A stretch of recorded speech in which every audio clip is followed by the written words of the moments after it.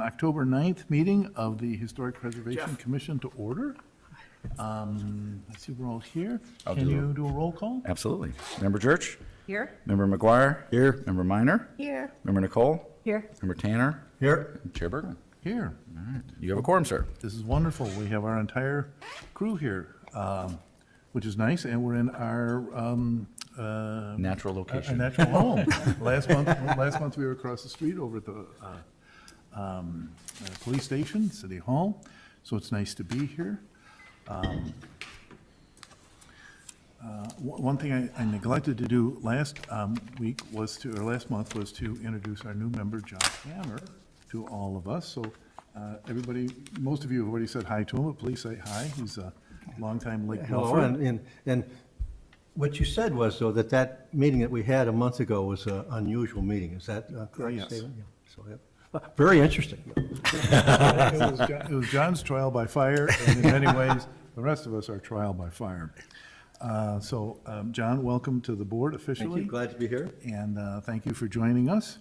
And so I think the first thing on our agenda, we've had a roll call, a consideration of the regular meeting minutes. So I hope you all have had a chance to take a look at them. Yeah, I think that there's an issue, because when you look down at number 7, it says Commissioners Report, Chair Bergman shared that then it drops, and then it goes back to 6 and 7, so I'm not sure what Oh, okay. happened there. Oh, well, that's just an editing question, I suppose. Huh?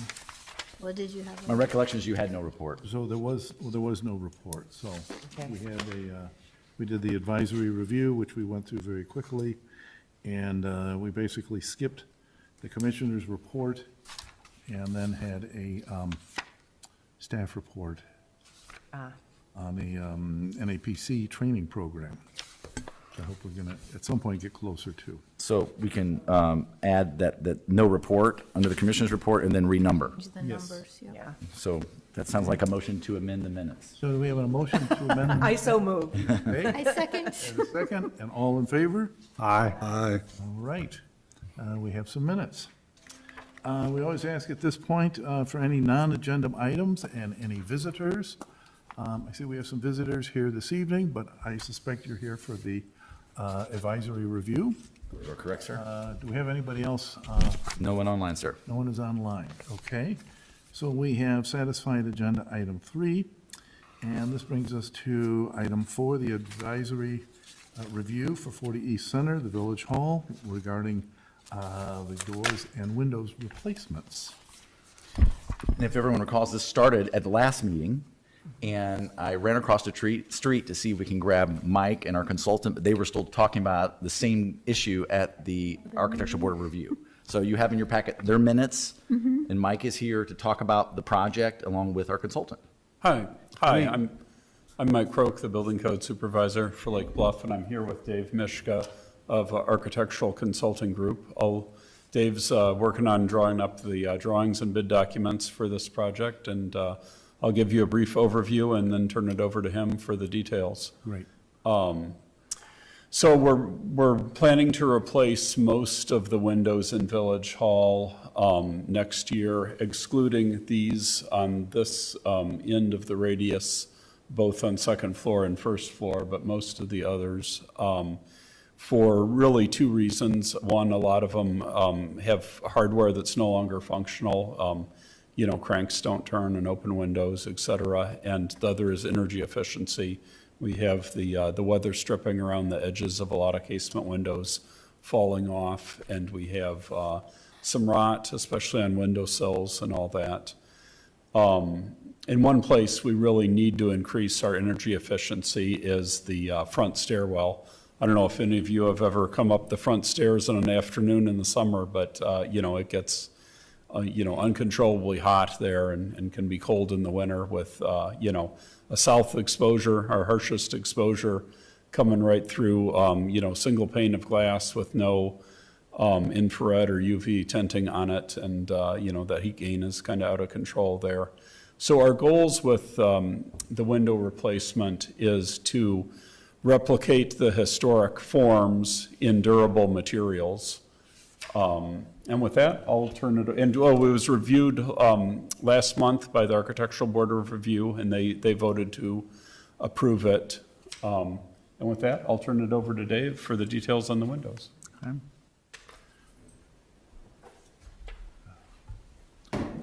Mike, can you tell us how many historic windows there are versus replacement windows? Yeah, good question. So most of these, of course, are from the 1997 when there was an extensive remodeling of Village Hall. The remaining historic windows in the tower, there are first and second floor of the tower, there's a total of 8 windows, but they're not all original, especially on the second floor. I think the first floor has 3 where both the frame and the glass are original. Second floor, there's 2 pieces of old glass left, and I'm not sure if there was even much of the wood in the frame that was Wasn't original. much from what I found. First, I'm Dave from Architectural Consulting Group. Yeah. Thank you for coming. Yeah, when we were retained to assess the condition of the existing windows in this. So as Mike was saying, we started the tower and worked our way generally around the first floor, working around the second floor to keep a kind of a continuity of going. What I did find, and Mike was alluding to it, is that we did notice the lack of weather stripping, lack of insulated glass on the windows, especially in the tower. We were instructed or observed that the 8 windows that are in the tower, I think there's 8 windows, we're looking at as the historic windows to the building here. In those windows themselves, we noticed in particular, I was thinking too, I just want to interject, Mike and I noticed that there was some scratching and fading and deterioration on the inside of the wood itself, on the inside. So we really cannot figure out where that came from because they're not near the side of the windows. I can't figure where that came from yet. I like to kind of get into that kind of detail, sure. But what it's beside the interior of not being insulated, not being a glass, going on the outside, I noticed there was quite a bit of deterioration, particularly on the sill portions or the lower portions of the window itself. And also along the side of the windows where the trims meet the wall, deterioration, years of painting over and caulking, and deterioration of the caulking itself, I'm assuming is allowing some water to get inside the frames and the materials themselves. Did notice too on the glass that I think through some repairs that have tried to be making the glazing or pointing around the windows itself is old and cracked, which is also affecting some of the wood members themselves. And then also you could see, for lack of a better, was a caulking smear around there where somebody tried to or a haze on the glass, or I think they tried to repair some of the open areas of the caulk and the pointing around between the glass and the wood. Then we went around to the windows on the first floor, and in particular, and the second floor, deterioration of the wood sills itself, especially on the second floor here, because there's a bigger sill area. So it was pretty much a typical instance of each one, and like Mike alluded to, especially on the first floor, there's a lot of missing hardware. We have noticed that there's some windows that can't actually close fully on the second floor. So there's a lot of little assemblies that are going on here that are causing issues with the windows or assemblies that are here now. So what we were proposing, I guess I'll leave it at that, is we work with Marvin a lot in restoration work, and this is a cutaway sample of a double hung window that I had in my library. What it is we're looking particularly for in the tower, something that, like Mike's saying, is functional members or materials that are being used and more energy efficient. So what we're recommending to do is keep the interior the casings the way they are, pull the windows out from the outside and replace them in total to get an entirely new window frame itself, window unit itself to be placed in. This is just a sample. Obviously, the color's not right. There's 2 or 3 different colors that permeate through here, and they're all different type of grays. So what we would do is we would get samples. This is a double hung window with an insulated glass unit. And then also, this is a wood core for insulation. And then it's also on the exterior covered with an aluminum casing. Okay, and then this casing, cladding, would be painted, and we would go through a sample situation and get the colors that match the windows themselves that are here now. So we're duplicating not only the window itself, but we would be in profile, but also the color itself. There's a couple other pictures in there that I threw in, and they're, particularly if on the lower right, or I'm sorry, the lower left of this drawing, Drew, and it's hard to see on this one, but of this, there's, I believe there's 6 windows in the tower that have what I call a sash leg to it. It's a little OG'd profile, and Marvin in particular, as I was talking to them, is able to replicate that. So we would be able to come out and duplicate that look again of the window itself. When you go, yeah, that's the good picture there. You can see the little corner piece that's got the little curves to it, the little OGs on it. So we could, that's again a sash leg that would be matched in profile. When you go down a little bit further, Drew, I was walking with I had dropped my granddaughter off at University of Iowa, and all of a sudden I saw, and it's down toward the back of the package, Drew, but if you go down, when you walk around there in the older buildings that they have, they literally, I came up with, here was the window with the sash leg duplicated in a real life situation. So what I liked about it is you could see that in actuality what is really happening, that they can do it into a realistic form. So what we're after again is with not only this is just to try to duplicate what you have, but give yourself more energy efficiency, more functionality, and particularly more energy efficiency, I'm going to say, in the tower itself. Again, and also the same thing goes for the rest of the windows that we're targeting throughout the building. One thing I did want to grab here is at the windows in the tower, now I only have this profile in this color, so we would get the right color. The windows in the tower and also actually throughout the building, especially on the first floor, have a trim piece that goes on the side of the window. You look at this up there. So what Marvin does is they have a piece here. Again, don't worry about the color. The color would match or go through the approval process. But it has we can match the profile of what's out there right now. And that would go on there without reducing and what I'm particular about is I don't want to start putting in my goal here is to not put a window in that all of a sudden we start getting the side frames and the sash thicker. It's a very narrow rail and sash system. So what this does is we still can maintain the narrow frame and rail and then maintain the profile that you have out here. Also getting the unequal, all the windows on the first floor have pretty much unequal sashes, which means that the top sash is a lot smaller than the lower sash.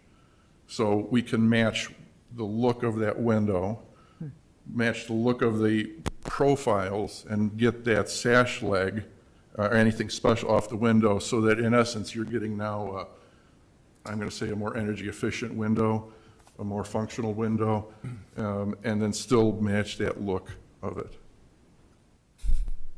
Okay. Great. Have you done any analysis of rebuilding the original windows? I've been, what we've done is we did a, let me put this, we did a big project down in Chicago, which had these 12-foot windows. There, and they were historic because it was going into a ballroom on the second floor of a building. What they wanted is, I'm not going to say, first, the cost. We had the restoration company look at what the cost would be to do, you know, and also how they would do it to take the windows and do it properly.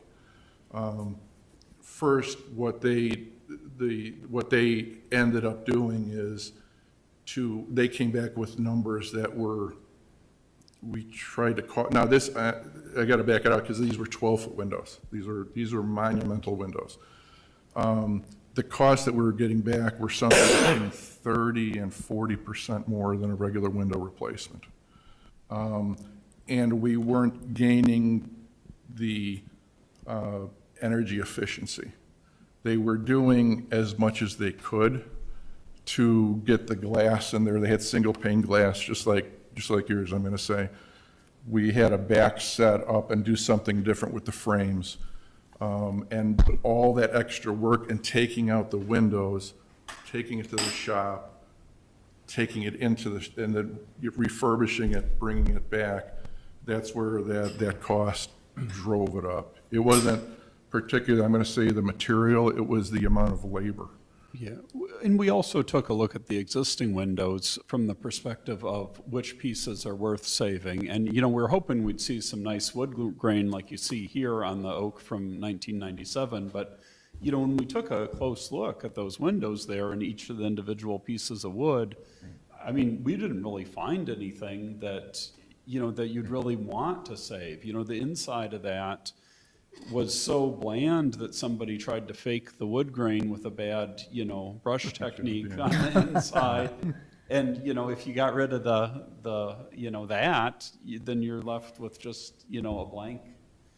In the edges of, you know, of the wood, you know, that had originally been carved, I mean, those are all, you know, worn down. There was really nothing in particular left that would be. It would be salvageable on the wood. I mean, I'm more worried, also particularly on the exterior, when you do look at the sill portion is just, it's peeling up, it's deteriorated to the point that, you know, what's our choice? Do we cover that up and try to keep it? But you're still left with a base that's not, you know, there's a limited time frame on the base. You know, I have a couple of questions about the exterior. You talk about that aluminum that is the cladding on the outside. Does that need to be painted, or does that come with certain colors? It comes with, I don't know what the process is called, but it's, lack of better words, baked in. It's Like a powder coating or yeah, something? it's like- bonded. Yeah, Anodizing. yeah. Yeah. So we've done a number of projects. We've talked to a number of window people, and, you know, they give a very large warranty on the glass units itself and on the finish itself, and also the materials as a whole assembly. And then I think he said another 10-year to that of just the workmanship on there too. Okay. The window installers that we'd be using when we're writing the spec up is it would be a one-stop shop.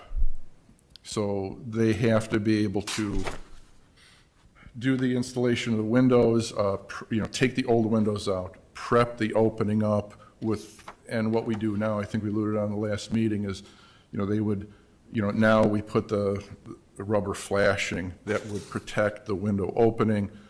So that would go in, it would go, you know, any gaps would get insulated with spray foam. so that would cut down and help on the energy usage. They would be responsible for the caulking exterior of it, any touch-ups, and anything that happens to the casings on the inside. Or if we decide to go ahead and put new casings in, but I'm trying to keep the casings the way they are to be, from the inside to be. Well, that was my second question, Yeah. excuse me for interrupting, Yeah. but there, there's the inside of the windows as well. Yeah. And, Yeah, well, that's the inside. okay, So the inside of the window, I'm sorry, but the inside of the window, it's a wood core, okay, okay? Marvin in particular, I'm sure Anderson does it, they have, a plethora of what type of wood cores to use. This in particular, I don't know what type of wood it is, I'm not that good at it, but the interior gets stained or painted, whatever it is, but I'm assuming it would be stained to match the windows and the finishes that you have here. okay, because we've got all this nice quarter sawn oak Right. in here. I don't know if there's any way we can do that on these. Well, and then we could spec what type of wood could be used on these. And just, if you look at the wood here, this, I don't know what it was originally spec'd. This is obviously, to me, a different wood than the casings themselves. Okay. I mean, the casings themselves are probably oak, Yes. okay? The wood here, just by looking at it with the grain in there, because it's more of an open grain, this reminds me more of a pine look. That's, a tighter pine that they probably finished and painted over. So what it really comes into a lot is the matching of the color. And these people, I know, we've done a big job up in Batavia with them, and they're, I'm going to say craftsmen nonetheless, but we would work it out so that they're at every step. We're going to have mock-ups and samples, so that everybody can take a look at it and say, is this what we're looking at? Before I don't want them putting anything up on a wall, saying this is what it's going to be. So the right way to do it is get a mock-up, a sample of the interior stain, the interior wood. They'll probably give us another sample like this, and the color chips or swatches of the exterior. Great, great. Is the intention to make it so that these are functional? Will they actually work as double hung windows? Because I saw something in here that said fixed. Yeah, some of them are fixed. I mean, the windows on the interior here, and Mike and I, we can walk through it. I think we've walked through it. No, They're- I'm speaking of the ones in the Yeah. tower, if you will, where they're double hung. Right, in the tower, we're planning to do fixed windows, but put the mullion in the same place as the existing ones, so it'll look Okay, so just you- like the existing. So it won't have to slide up and down and that type of thing? Right, but it Will won't they be physically move. offset like they are today? Yeah. Okay. Yeah, when you look at the double hung now, with it being offset, the lower sash offset from the upper sash, it's the same type of double hung window. It's there. You're looking at a double hung, it's just a non-functioning double hung. Okay. So for, Mike, how often do you open these windows in the summertime? Never. Never. So you have all of this heat gain, but you don't have any way of ventilating it out of the tower. Right. I mean, Yeah, currently. exactly, right. They don't work, the sash cords have been cut, so they don't actually function. They leak air around them, but they're not actually, The windows I just checked are all fixed in place now. Somebody has puttied them closed. yeah, right. Okay. But they're not, some of the windows are not locked, so that keeps the meeting rails, allow a great deal of air infiltration there. But how are you gonna, is there any plans to ventilate the tower other than just by UV protection? Yeah, no, we don't have any current plans to add any ventilation. Okay, so it will, the only modulation you'll have of that overheating effect is going to occur by the UV rating of the windows. Right, that's Okay. right, yeah. All right, do you think that'll be enough? Well, if it's not, we can always consider adding ventilation in the future. It'll certainly be better than today's situation by a large margin, so. All right. I don't know if you had a chance to look at the materials that I submitted, but by way of background, I'm in a Masters of Architectural Preservation program at Boston Architectural College. and have been involved in several window rehabilitation projects. Being on the board of the Friends of Lake Forest Library, we rebuilt all of the windows at Lake Forest Library. They took all of the, you're talking about the 12-foot wide windows. The windows at the library, I think, are 8 feet wide and probably 12 feet tall. Big double-hung windows. They went through a process of looking at replacing them versus sending them out, having them rebuilt, and opted to rebuild the windows.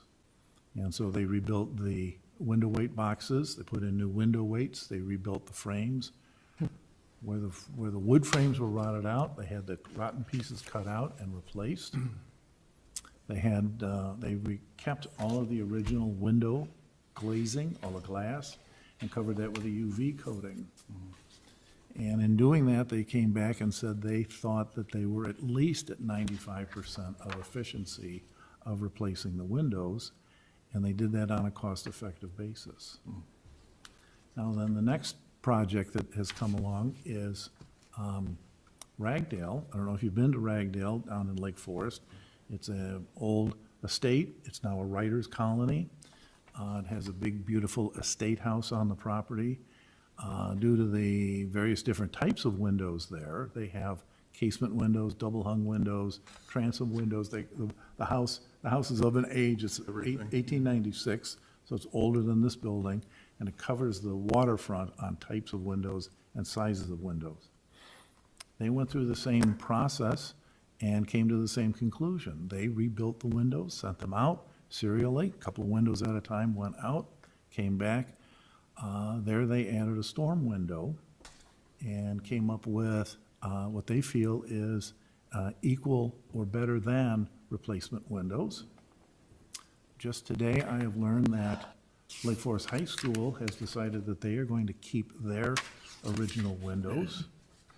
They are going to rebuild the windows, re-gasket them, re-putty them, and they have developed a storm window system that they're going to install. And they have gone through a great deal of cost analysis on that and found that it is as cost efficient to put in the storm windows and rebuild the windows. So that places us in a position of saying, well, if they can do it, why can't it be done here?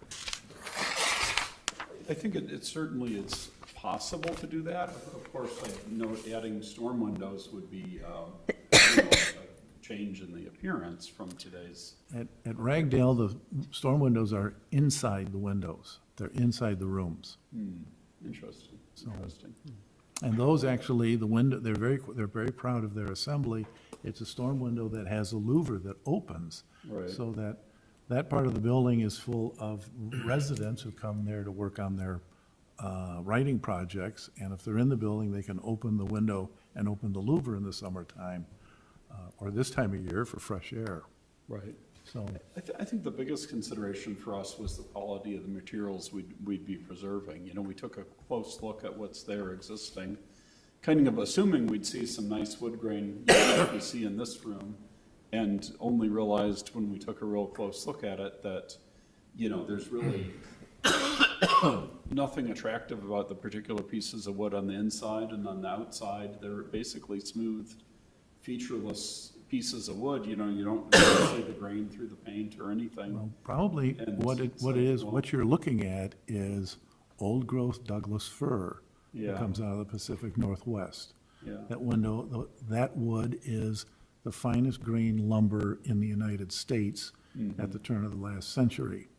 It has got the tightest grain of lumber available, and it is without knots, it's without blemishes, and it is absolutely pure and pristine. It looks plain because it is plain, but the trees there were 400-year-old Douglas firs when they were cut down, and that was the preferred lumber to use for the windows.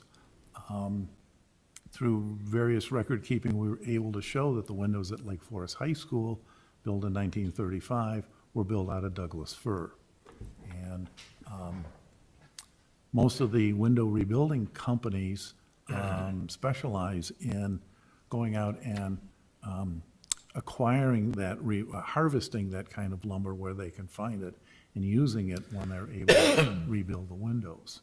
So you shouldn't find a lot of knots, you shouldn't find a lot of nice fine grain in the wood there, even if somebody has painted it on in some fashion. So,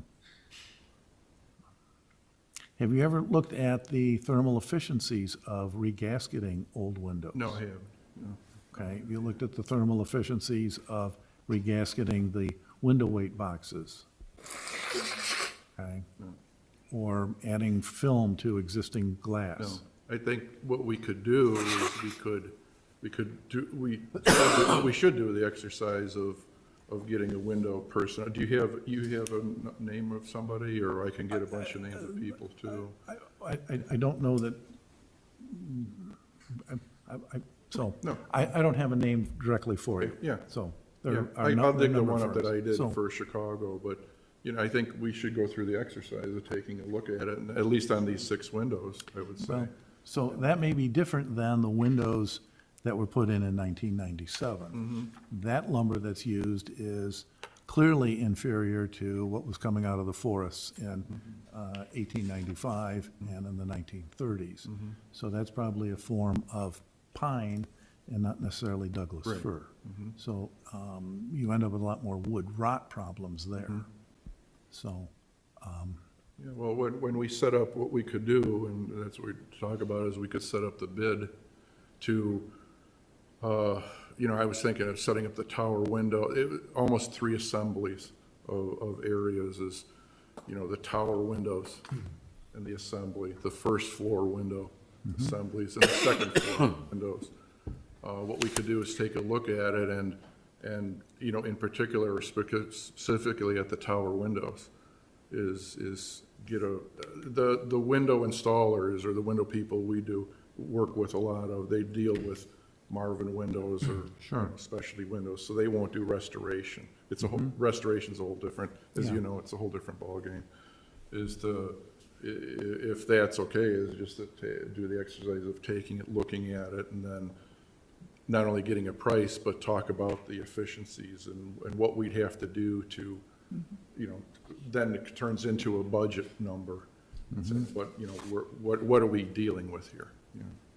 well, it just, I wanted to raise a question. I want to see No, what your knowledge yeah, base was yeah, on all yeah. of this. So, okay. Now's the time to do it. Questions, other thoughts? What was the objective of the project? Was it to increase function and efficiency? Or Yes. like what triggered it? Yeah, it was both function and efficiency. For the, for the tower windows, the historic ones, it was, to get energy efficiency there. And, for a lot of the 1997 windows, it was to restore the functionality and get a little more energy efficiency to them. And then Two. what is the life expectancy of a window today? Because 1997 doesn't Not seem very too long. long ago. No. Yeah, when I talked to the window manufacturer, my contact, he was telling me he was saying 40 to 40 plus years. I said, well, what's the total length? He couldn't give me an exact time frame. And Paul, with the style of wood and that, the life cycle, I'm going to say, compared to oak grove wood is a lot different. I mean, you're right, but you're dealing with a 40, 45-year window life expectancy. Those windows out there are 130 years old, Yeah, 119. 119? Yeah. Okay. Yeah. So, and I'm just gonna, what I'd like to do is if we, because I was thinking about this too, and we should, with the age of the windows, there's always that question of lead paint. Sure.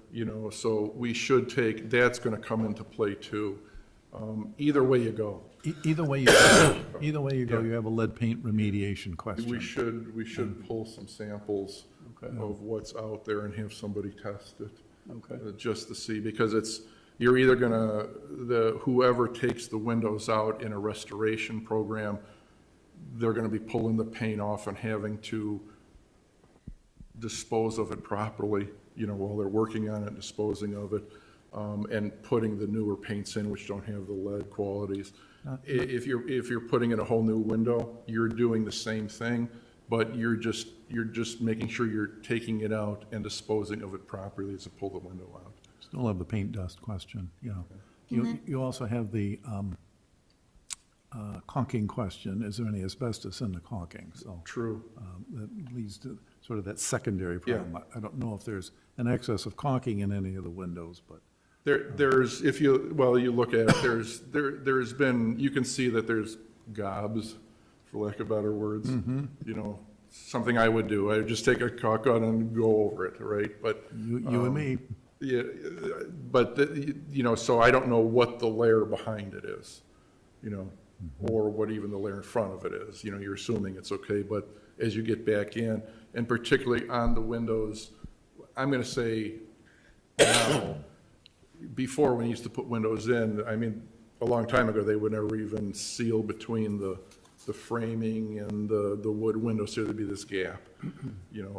Then somebody got the idea of, okay, let's stuff in some insulation in there to close it off. That's kind of haphazard, and you take but it's cutting it down a little bit.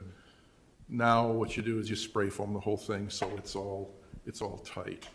So again, there's a couple steps that overlap each other. Whether you're doing, we do approach it a restoration, or if we do approach it, we're taking these windows and putting new in, is putting the correct window edge protection or frame protection and the insulation in either way. So this might not be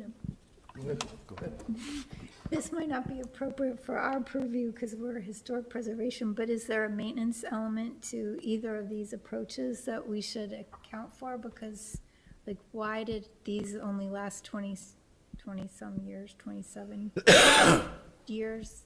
Should there be a maintenance plan that's part of this project so that we get the longevity out of it? I know when they put the windows in, I think it's 20 years that, there's a 20-year warranty at least. I'm going to verify that. So the window installers themselves, you want to write that into the contract that they're responsible for, caulking and deterioration, things like that for a very long period of time. Then after that, there should be some kind of maintenance issues to make sure that, somebody's watching, the condition of the house as it's proceeding along. You need a maintenance protocol. Like a maintenance protocol, yeah, you're right. Yeah. It's like painting the windows every 20 years. Well, it could be. I forgot which one it is. There's one window in particular here. You just look at it, and there's the gap between the caulk and the wood is just, it's huge. It's not just a little crack. It's and that's just more of a maintenance type thing in the building that needs to be taken care of. That somebody gets up there on a ladder and takes a look at it. Okay. Other questions? Go ahead. Go ahead, Lois. So taking off on what you were talking about, I was wondering too about the windows only lasting about 25 years, the aluminum windows. My guess when they replaced them in 97 is that they were wood windows before that, probably? I don't know. I'm assuming, yeah. Was there any thought given to putting in wood windows instead of aluminum windows? If we would at all maintain the wood windows in the tower, wood windows just seem to be much more fitting with the Well, it's, yeah, Picture of you it. could, it's what we're after here. You could put, they, Marvin, I keep going back to that, they have a wood window. It's just what it's coming into even more important is the maintenance. What an aluminum window does is you're trying to take a little bit of the maintenance away because the aluminum is protecting the wood substrate. So, yeah. But the other thing we discovered looking at this is the windowsills were aluminum, right? Well- Here, or they're plastic wood. or something on the outside. Oh, on the We were outside, yeah, knocking on yeah, that material, yeah. And no one even realizes that because, you know, the wood on the outside of the building is so smooth that it's just, you know, it's paint on a smooth surface, which looks very similar to paint on any other smooth surface, you know, regardless of what's underneath that paint. If you're not seeing, you know, the texture the way you would on a cedar or something that has a wood texture, you're just seeing paint on a smooth surface, and it's, Yeah. you know, unless you go up on and knock on it and, you know the difference between how one sounds to the other sounds. And part of the It's problem very too, hard and to tell. it goes into maintenance, is, you know, you can put aluminum, you can put vinyl, which I wouldn't recommend, but, you know, again, there's a period of time where maintenance becomes very, very important on this, because, you know, joints split apart, you know, so you want somebody that's gonna get up there, look at the window, know what they're looking at, caulking the areas, fixing the areas that they have to. So there's a point of time in the future that, you know, a maintenance protocol is very important to continue with. I can add that the windows at Lake Forest High School, the windows on the front facade, on the street-facing facade, are the old windows that they're rebuilding and now covering with storm windows. The windows on the back side, on the parking lot side of the building, were replaced, I think 19 years ago in the remodeling that occurred then. And everyone who has looked at those 19-year-old windows say they are not worth repairing. To give you an idea how fast the wood can degenerate using modern wood, the lumber just doesn't survive. It's really the quality of the wood, the So denseness of it. what Gail Wallace told me, there's a shop down in Galesburg that repairs windows on a national basis. They did the windows at Ragdale and did the windows at Lake Forest Library. They've also done Yale and Dartmouth and Princeton and the Onwensia Club and countless other buildings. She says that the old growth Douglas fir has wood resins in it that repels the moisture and repels the bug rot, and that even at 100-year-old wood still retains those resins. The modern day lumber does not. Fine, So yeah.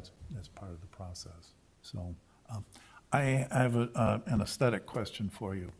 One of the problems with many replacement windows is that the window frame itself is set into, the window sash is set into the frame in such a fashion that it sits right on the wall face of it, whereas the original windows would be set back another inch or inch and a half.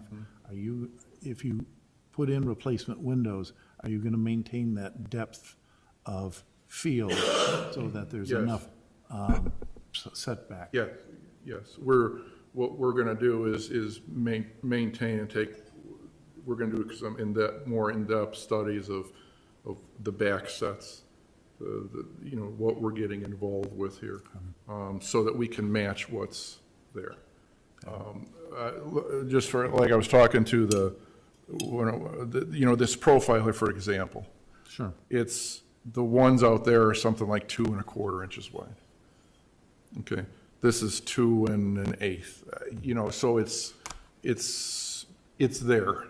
It's not, Almost, it's yeah. almost, Yeah. it's right there. So we're gonna match as close as we can to what the profile and the back sets and the style.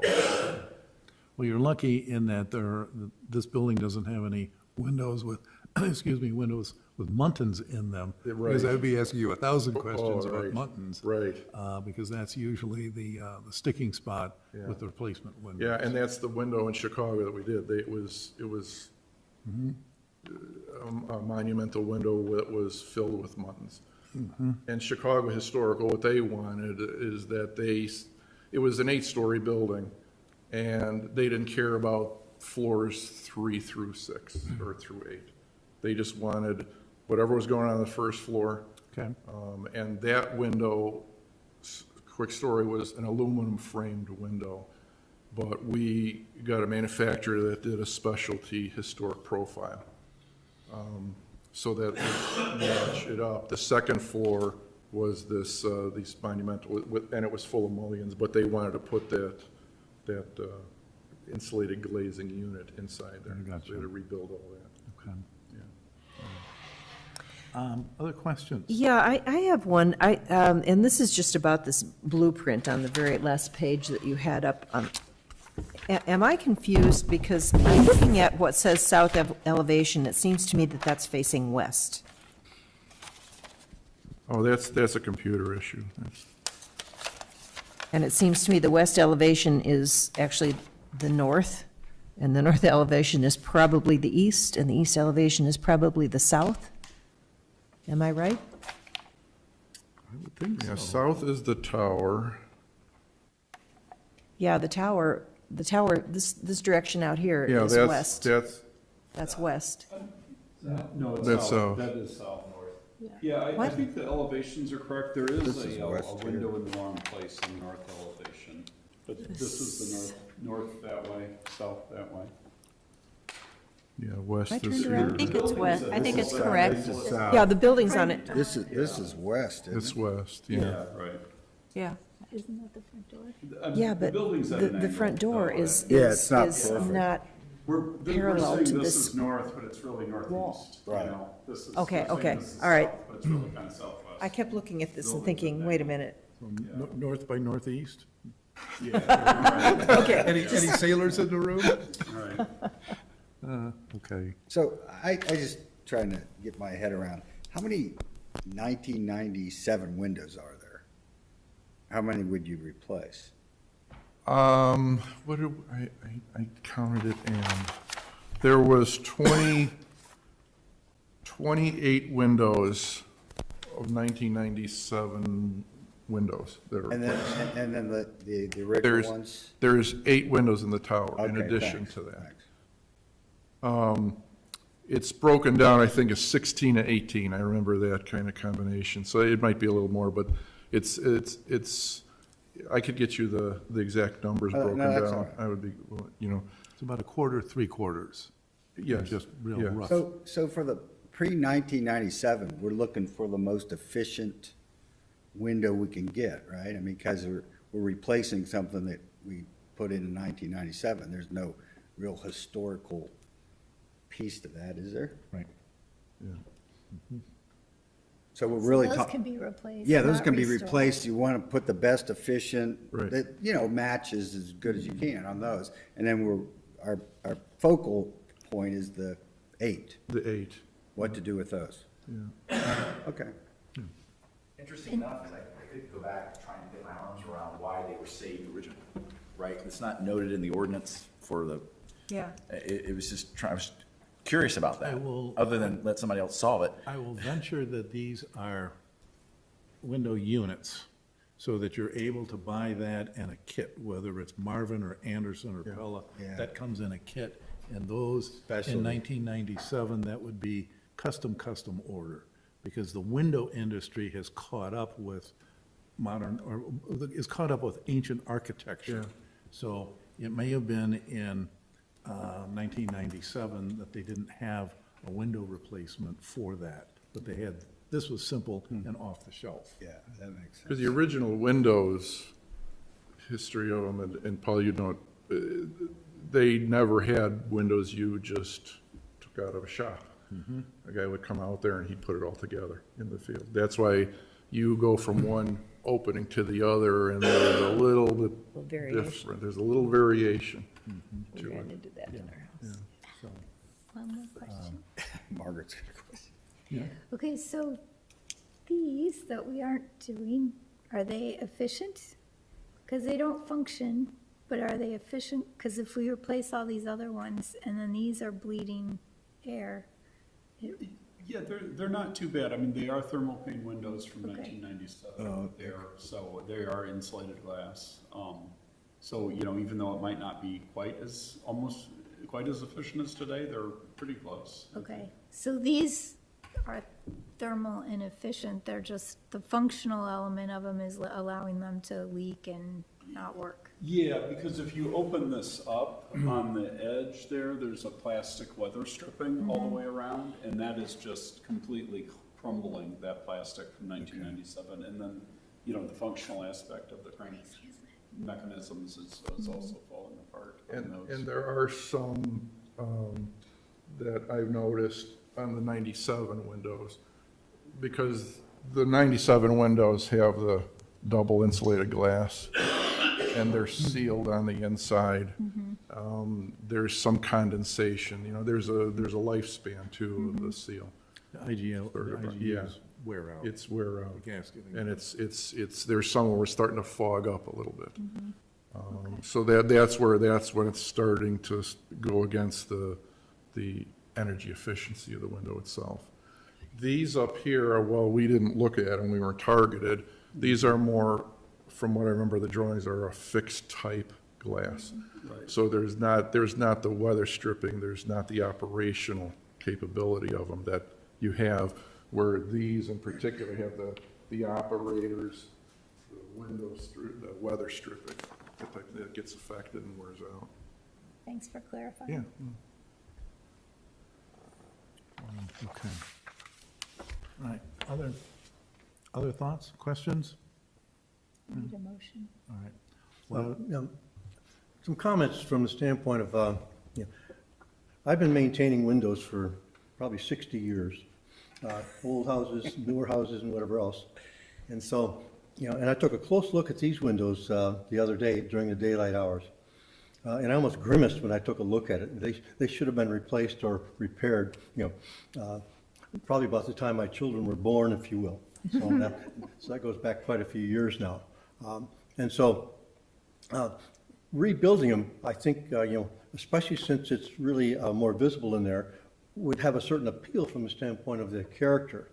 However, it would be painful from the standpoint of how much would have to be done to repair each and every window. It depends on if you set them up to be fixed, then that would make it easier, of course, even if they're rebuilt, if you will. But if you really rebuild a double hung window, you would really have to put in the new cords, the new weights, and everything else. And most old windows, I think, have been painted shut, if you will, where unless you really do a great job, or you have a painter that basically will go in there and make sure that you don't seal it up with the paint, then you're okay. But these basically have been painted over a long time ago. So my problem is that as much as I can appreciate the history and the appearance, if you will, from an overall standpoint, that I'm too close to it from the standpoint of having to maintain and rebuild those types of things. And I've done a certain amount of rebuilding. My house here basically has the wood mullions, or whatever you call it, and I've redone all of those. And there are probably maybe hundreds of panes, if you will, by the time it got done. So I really did that, and I'm glad that I did. And so at least we don't have to deal with that here.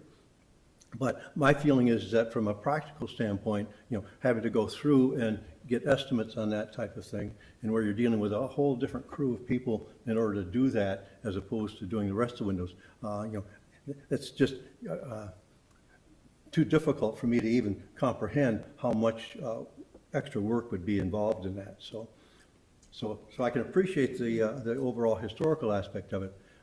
But I look at it from a practical standpoint, and I think what's being proposed here, especially from the outside, will look just the same as it does today, and will have a much, much greater maintenance factor. The other thing would be that if we were to rebuild the ones that we have in a historical manner, it sounds like we'd have to put in storm windows in order to have storm windows in order to be able to have the same type of heat factors that we have here. And that would be a whole different look in its own right compared to what people in the last generation probably have seen here.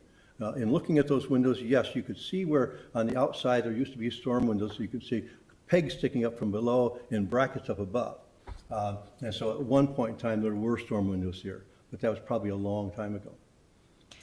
I agree with you. To address, at Lake Forest Library, they rebuilt the windows. They took each one out and sent it down to Galesburg, and had the window disassembled, had all the lead paint stripped off of it, had them had them restained to an appropriate stain color in Galesburg, had them reputtied, they brought the windows back, they rebuilt the window weight boxes, they hung new window weights, they put in new window weight chains, and they did not put in storm windows.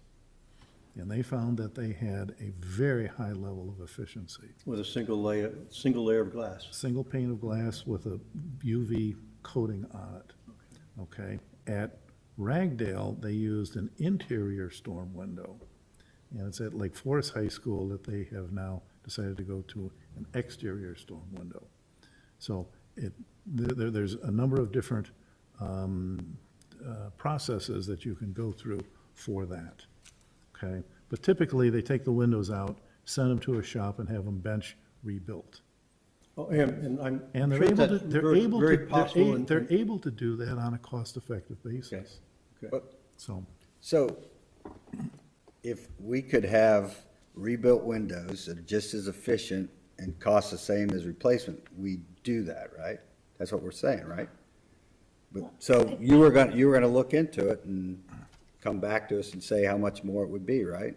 Yeah, well, yeah. So- I heard the 30, so 40%. Before we get to that, okay? It sounds like we have the issues drawn here.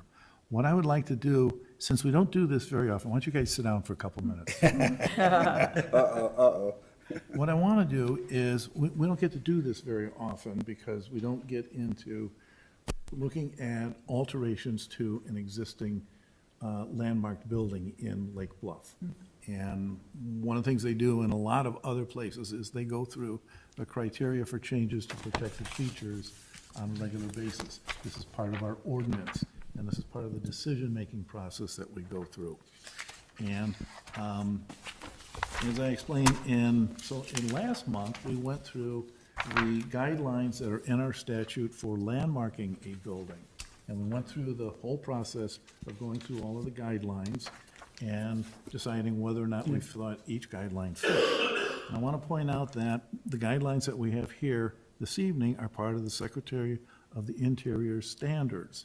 So this is not something that we've dreamed up. This isn't something that comes pie in the sky, okay? And this, I think, will help us get to that decision-making point of whether we want to ask these guys to go out and do some more consulting work, or whether we think we're comfortable with sort of what their plans are at the moment. So in your packet, you should have the criteria for changes to protected features. Does everybody have that? Okay.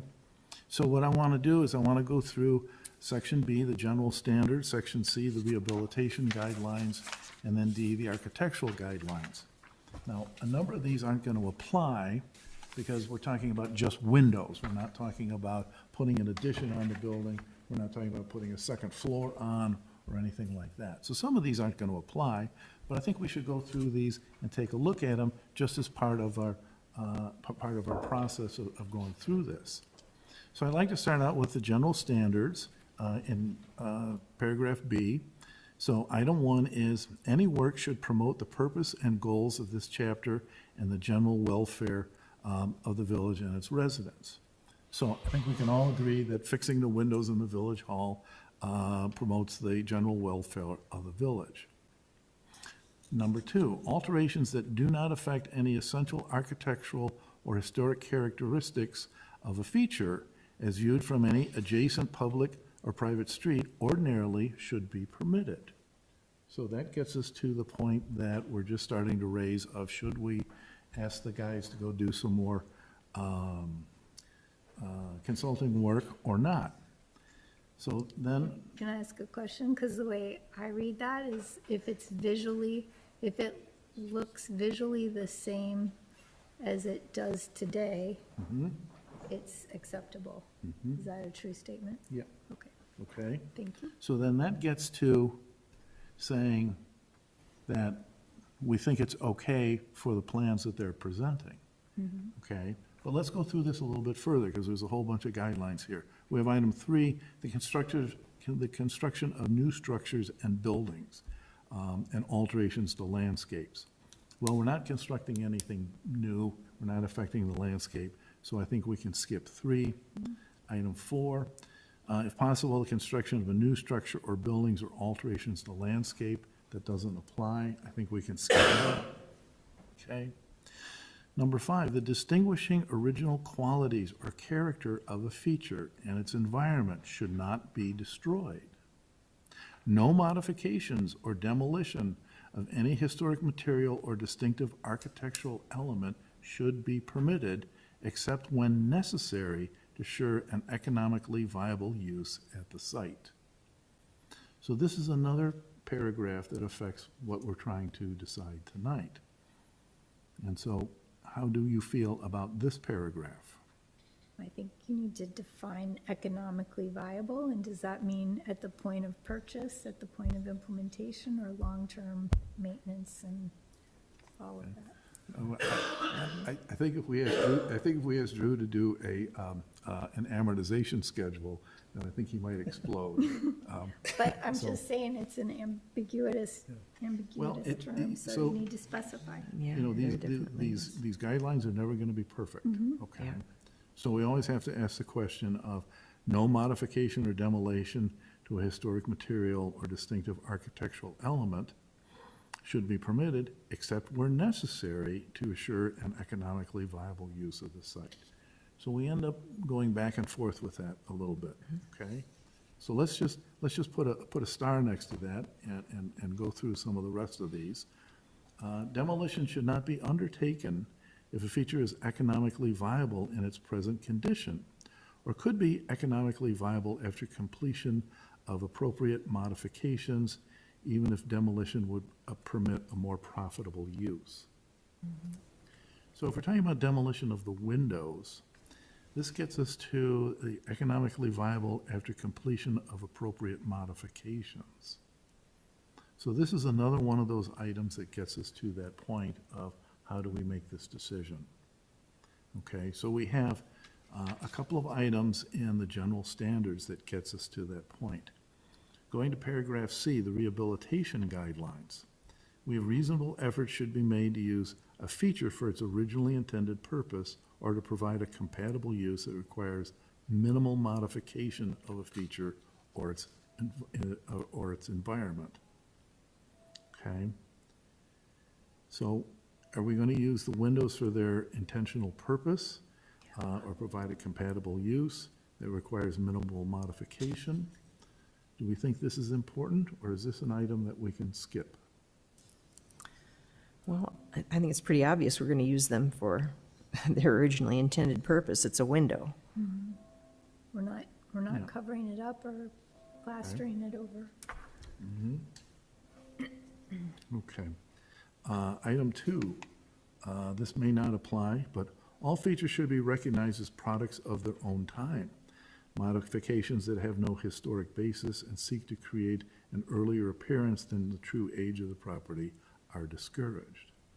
This is where you try and change the look of the building. You want to make it look older, you want to make it look fancier, you Yeah. want to gussy it up in some fashion.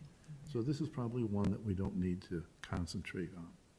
3, the changes that have taken place over time evidence the history and development of a feature and its environment. These changes may have acquired significance in their own right, and this significance should be recognized and respected when dealing with a specific architectural period. Now, this probably doesn't apply to the windows in the tower. Those are the original windows, and they haven't changed. But they may apply to the windows that have been replaced in 1997. So have those changes acquired the significance in their own right and should be recognized? Or is it something that is de minimis and we don't need to necessarily concern ourselves with?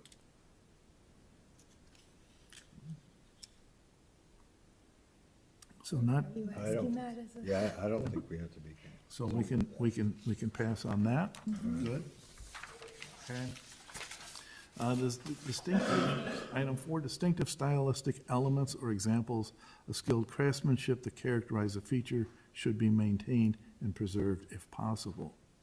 These are pretty standard windows. I don't think this is necessarily going to apply.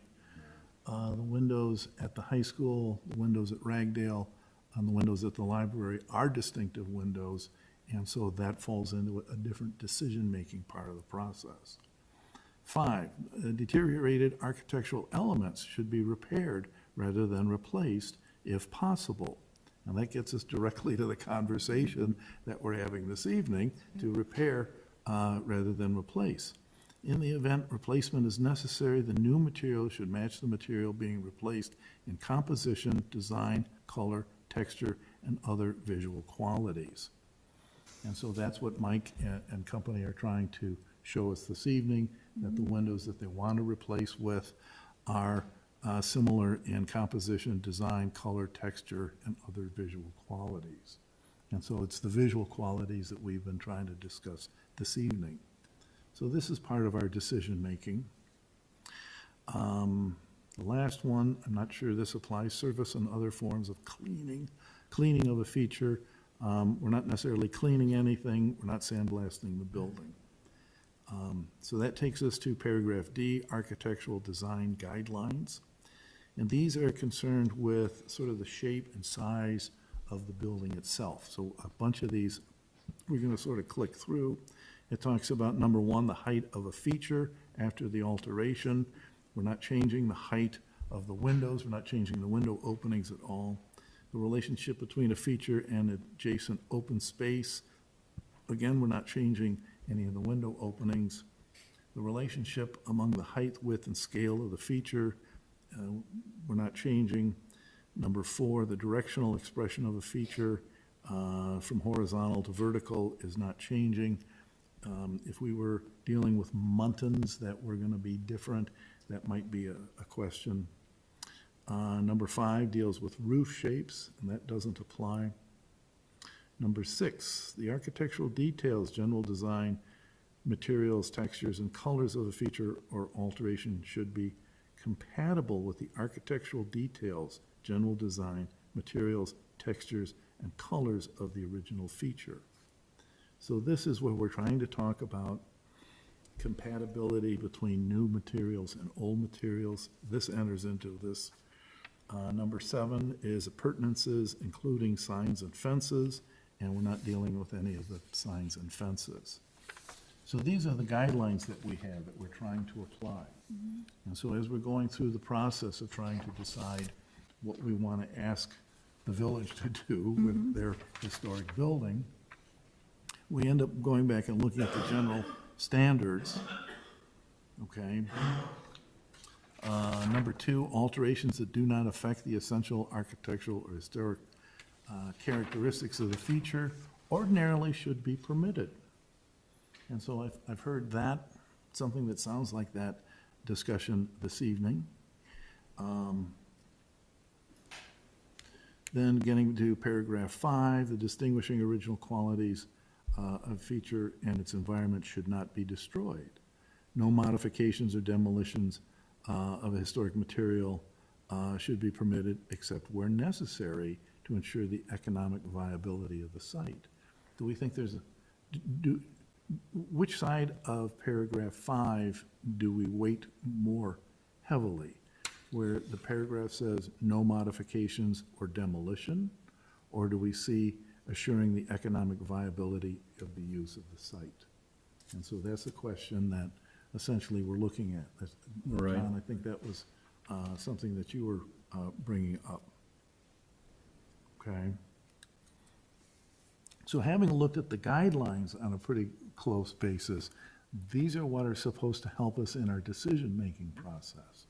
And so now I want to ask the question of how do we feel about this? What are our thoughts as far as asking them to go do some more research and do some more consulting work on the windows in the tower, the original windows, and where necessary, there'll be some byproduct research that would come out for the windows that have been replaced. And so I'd like to hear your thoughts on what you would like to do, what would you like to ask them to do? I have an opinion. I know that's shocking. So the 97 windows, they don't seem significant from a design perspective. They seem functional and they're non-functioning. So feels like my recommendation or my thought would be you give them the go-ahead to go forward with the plan that they have. Okay. Then those windows are potentially more significant historically, and we haven't done the due diligence to understand what it would take from a level of effort to restore them, if it's viable, if it is viable, what are the measurements for success? Are they still as efficient? What is the cost? What is the maintenance?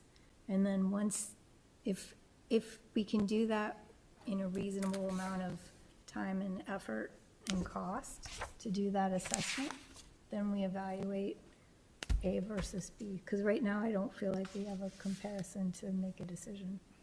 Okay. What she said. No? You, I agree. no? All right. Any other ideas? I agree that it makes sense to gather more information to be able to make the best decision. And that would be finding out how much, what it would mean to try to restore the windows and how much that would be. And then ultimately, don't we make a recommendation, but it's for the village board to Right. decide That's correct. which way Right. they go? Yeah. But the village board can tell us what they want us to do. Yeah. Always. Yeah, they can still decide. But our objective is to help them make a good decision and raise the good. Okay. Well, that's why I wanted to go through the guidelines, because the guidelines help guide us in going through the process. So that's why I wanted to make sure that we had this thinking sort of in the forefront of what we're looking at. Do we all agree that those are historically significant windows to the building? That's exactly what I was gonna say. The ones on the- Are they in the really- tower. Are they distinctive architectural elements, or are they just older? I think he's saying the wood is maybe just, Well, they're the original windows in the building, so it's what the architect envisioned is, they look the way he designed them. So it's part of the original design of the building. but And we're so if we think the replacing them, not I mean, we're not changing the facade of the building by replacing them. So if the window looks the same, is that good enough? Or are they and that's my question. What's this telling us? I'm not sure that's where I'm not sure I agree or disagree. I don't know how I feel about those windows, because they don't speak to me as historically significant. They are original, I get that, but I'm just trying to understand why they're historically significant. It seems to me that functionality is a big issue here, and if we can get a better functioning product by replacing them with something that is of current technology, for instance, the coating on the glazing to mitigate heat gain, heat loss, the better envelope around the window when you remove the old window and put the foam in and all of that. That seems to me, as long as you're not changing the outer appearance, my guess would be that, 99% of the people who go by and look at it will never notice change once it's done. Okay.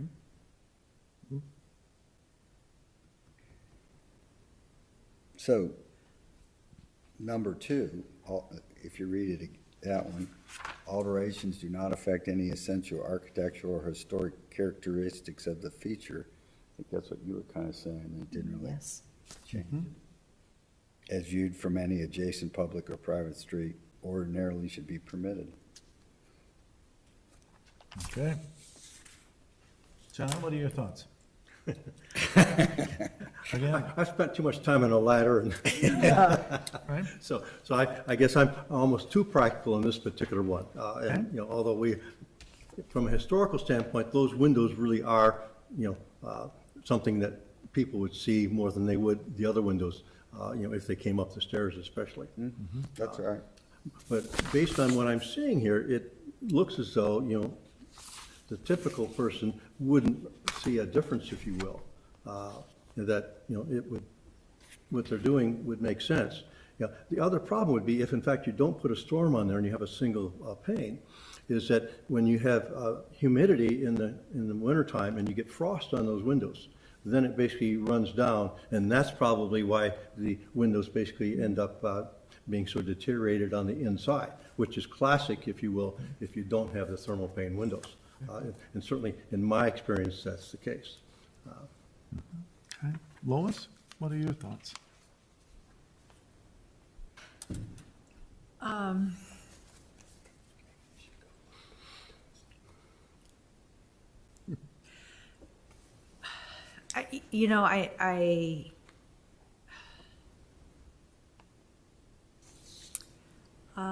I guess I would like to have as much information to make our best recommendation as possible. And I don't know how long it would take to check with a restoration place, and I don't know if the village is, how they feel about doing that or want to do that. Okay. It may come back that it doesn't make sense at all to restore that. But at least we would have more data to make that assessment. Right, that's true. Now, there is one other question here, and that is, will that interfere with the timing in terms of what they plan Yeah, to do? that's what I was wondering. Timing is not a question for us. Okay. So the timing we have is green, yellow, and red. So, Okay, that's fair. yeah, so, So with additional information, we may be able to say, yeah, we agree that go ahead and replace the windows, or we may get good information that, Jeff? Well, I kind of agree with everybody. I mean, it'd be, but, if it comes, there's a practical side of the cost and every other thing. I know, maybe we're not supposed to think about that either, but, I mean, that's the reality of it. Well, this takes us into the, somewhat into the cost. We're not supposed to look directly at costs. But Yeah, this there was talks us- one about the So, we're talking about, number, whatever. Number 5, basically. yeah, number 5. That's right. Okay, so you want to ensure the economic viability. We don't want to disturb the economic viability, but Right. But you have the place in southern Illinois that you said has done all this restoration, correct? So you do have a name, or at least there a are business. firms that do this work. So we come to do we ask them to do some more research, or do we ask them to come back in? Essentially, our options here are to terminate the review tonight and let them replace the windows. Our next option is to say, we would like to, the middle option is that we have insufficient information, and would they go and gather some information and come back next month? And then the one in red is that we continue the advisory review because we think the work would be inconsistent with preservation. I don't think we're hearing that. I don't think I'm hearing that from No. anybody. No, So we seem to be somewhere between terminating the review and saying, go forward, and looking at this and saying, well, we'd like a little bit more information, and would they come back in 30 days? Paul, do you have any idea if, I'm sorry, if the firm in question that's down in Galesburg charges, and how long of a backlog they have, or any information like that about how long it takes them to? This is a very popular topic, so I imagine. I would think, I'm wondering if we could ask Lake Forest Library what their experience was with them. Whoever was in charge of that project might still be around somewhere, and we could, I know the people at Ragdale are still there. so- okay. when they had to do it in pieces, right? Right. Like they did 2, and then they did whatever the quantity was, but Yeah. it wasn't all at once, it was over time. So, So here's my issue with this windows, is we have two stories, right? 2 experiences. One is an experience where the restoration was gonna cost 30 to 40% more, and the quality of the outcome of the product was less than replacement. So it was a premium price and a lower quality. We have another experience where we have restoration that maybe took longer, the price was about the same, and the quality and for the efficiencies and all that was the same. So to me, if we are gonna do the due diligence, we should, if we have time, Drew, to maybe request that those windows get an assessment for restoration, if we can do it in an expedient way and not stop the project. Do you have any sense of how long it would take you to find somebody to come in and do an assessment of the windows? Do you have any experience in doing that? I could talk to, I could talk to somebody tomorrow and see when we can set up a meeting to come out and look at it. Or they could come out and look at it. It's not like knows the answer. You don't know how long it takes. Okay, so the answer is no. What you're suggesting is not unreasonable to say that you guys could, as an alternative action, is have a condition that we get that number, find out what the assessment is. And just, we can take that information to the board. Because the board probably has a project plan, I assume, right? I'm sorry?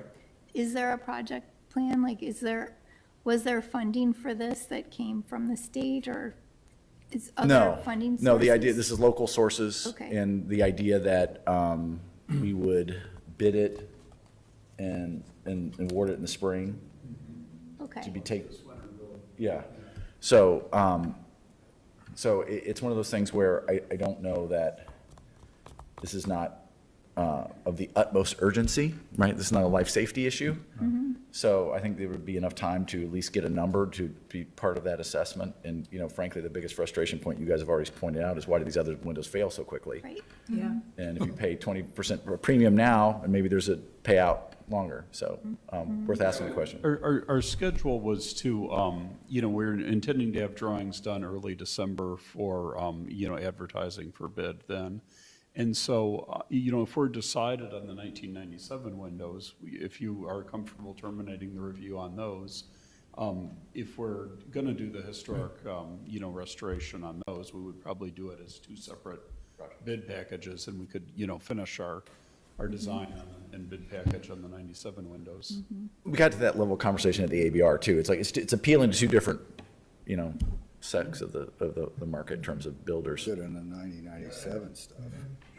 Yeah. We could set up the bid package in such a way so that, there's going to be multiple bidders on this project.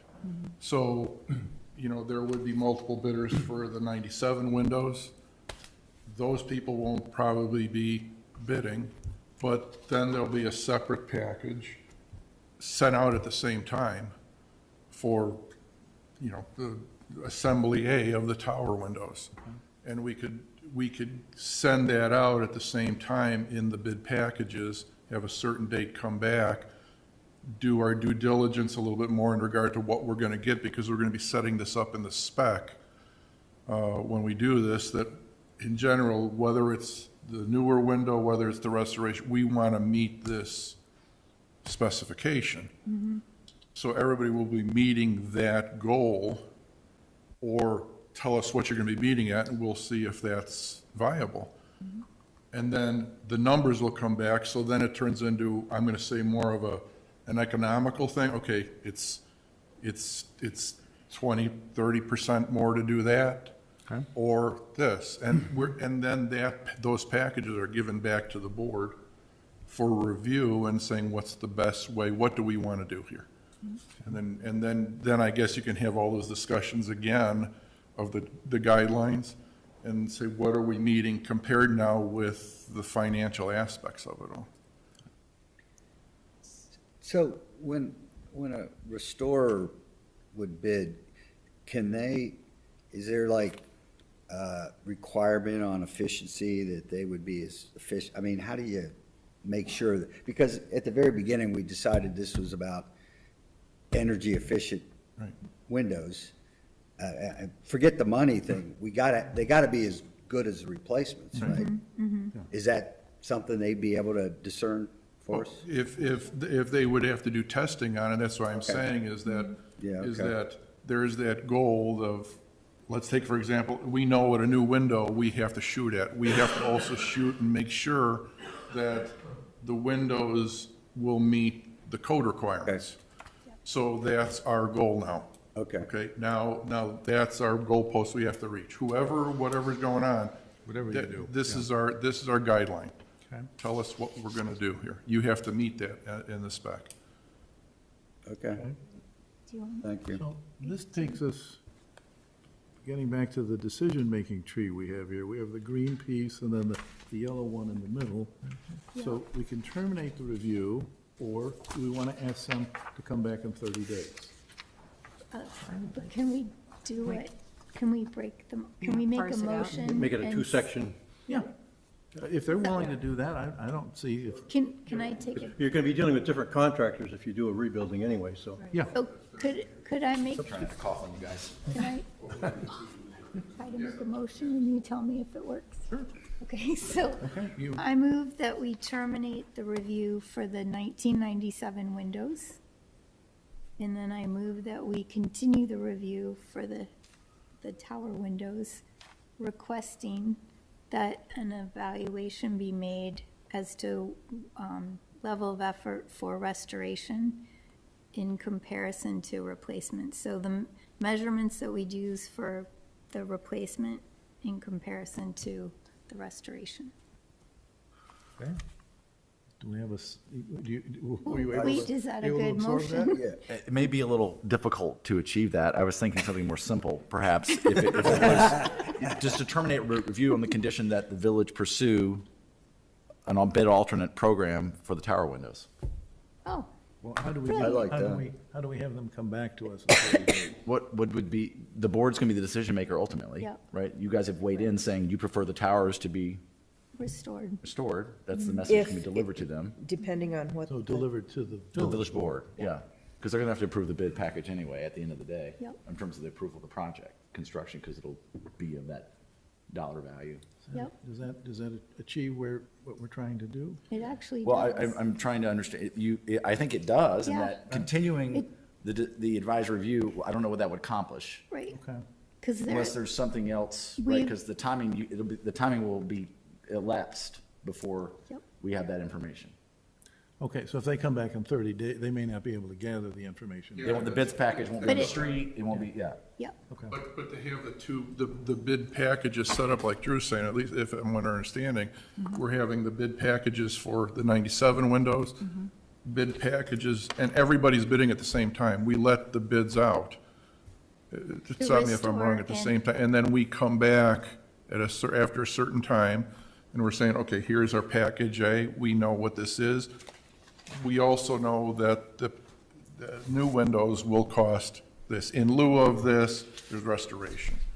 So then you'll have that, you'll have the design guideline or the standard spec, and then the bid packages, the boards can look at and say, which way are we gonna go with this? And I think the problem, at least in my mind, would be trying to ensure a certain specification delivery on efficiency level. I think that's problematic in that we don't know what we don't know. Right, And so, but just that so in my thought is cost, efficiency, and maintenance, or whatever those metrics are, that there's a comparison. So replacement gets you X, Y, Z, and restoration gets you A, B, C, and then the board has something to compare. Adam? It's- yes, Yeah, we can do that. Thank you. Yes. Okay, are people comfortable with that? Yes. Yes. Yeah. So you can compare. can I just interject, so the 30-day time frame? That's gonna be difficult. That's why I suggested this I need approach. that. 'cause it- Yeah. No, we were, Yeah, just so everybody, yeah. This discussion is whether we can eliminate that Oh, 30-day okay, timeframe that- or good. not. Okay, I had been thinking we needed to keep the 30-day timeframe, Yeah. and Drew is saying we can eliminate it. Right, thank you, And follow a different yeah. course to get there. Okay. So, you want to try your motion Again? again? I move that we terminate the review, requesting that a bid for replacement of the 1997 windows and a replacement and restoration bid for the tower windows. Good. All right. Did I phrase Wait it for a second correctly? for that. I second it. We have a second, we have a motion and a second. Do we have a roll call vote, please? Questions, comments, or No questions, comments? Any more discussions? deliberation? Any more deliberations? And there doesn't appear anybody attending from the public still, so that's good. Okay. So you, voice vote? Okay, we can do a voice vote. All in favor? Aye. Aye. Any opposed? And motion carries. Somehow I knew that would be the outcome. Good. Thank you. Guys, thank you very much. Thank you Thanks very a much lot. for bearing with us while we go through this process. We don't do this very regularly, and I wanted to make sure we went through this and did this sort of by the book, by the rules. Literally, okay? yeah. And so, this is an opportunity to do it in sort of a non-confrontational way. And so, thank you very much for this. With the friendly applicant. The friendly applicant, so, as compared to last month. Well. So, Okay. Thanks. That was interesting. So, thank you, guys. Okay, so we have a couple more items here. John, Their work is done. class Their is work is not done. dismissed. Their work is done. We're 30 seconds out of getting out of here. I'm just So, chilly. Bradenton is still Okay, alive. I don't have much in the way of a commissioner report, other than to announce my pleasure that the high school is going to is going to rebuild its windows and install storm windows. It's another way of preserving the visual character of our built environment. So that's what's so very, very important. Do we have any other comments? Do we have a staff report of any nature? Okay. Hey, Lauren, have you heard anything from Lake Forest about the camp program? Just what they're working on time, but I think January, February, they're having some difficulty just with scheduling. Okay. I think I should call Kathy Cerniak. Okay, I had one thing. okay. On Monday evening from 5 to about 6:45, there's going to be a reception at the firehouse. Fire Chief David Graff is retiring. Sadly, there's not another 50 years in him. He's given a half a century to the village as a volunteer, Amazing. and it is amazing. And so want to acknowledge that gift he's given all of us. Yeah. And so if people can attend, that's wonderful. Well, he's done more than just be part of the fire department, so. He has. He's also on the village board and other things, so he's a long time. CLC Jawa, establishment of the water treatment plant, Okay. and the list goes on and on. Goes on and on, so a good guy, so. I have a friend that was so early, she was there this Monday. So there could be a line. is what she's saying. All right, good. So, any other comments? So we are going to be adjourned. Thank you all. Looking for a motion in a Right. second. Yeah, I move that we adjourn. I second. All in favor? Aye. There we go. There we go. I was, I appreciate your expediency. okay, thank you. Thanks, everybody.